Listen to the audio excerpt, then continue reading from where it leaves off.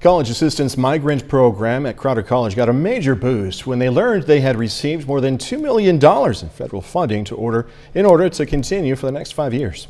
KOM's Mike Mahoney spoke to the program's director and participants to learn more.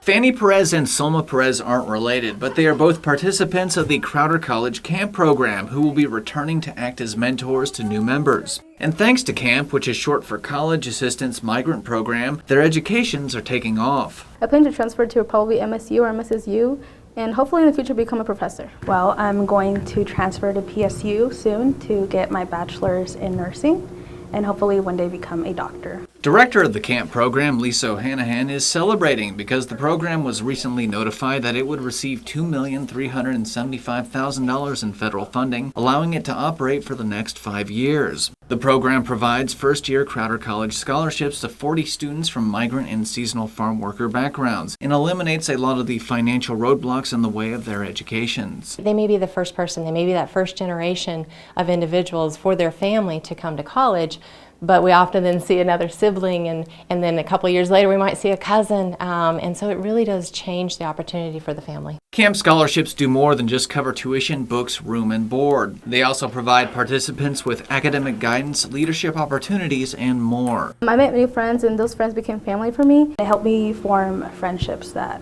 I never thought I could ever form. In Neosho, Missouri, Mike Mahoney, KOAM News. There are camp scholarships available at Crowder College. If you'd like to learn more, even apply, we've included a link in this story on our website, KOAMnewsnow.com. Joplin DMV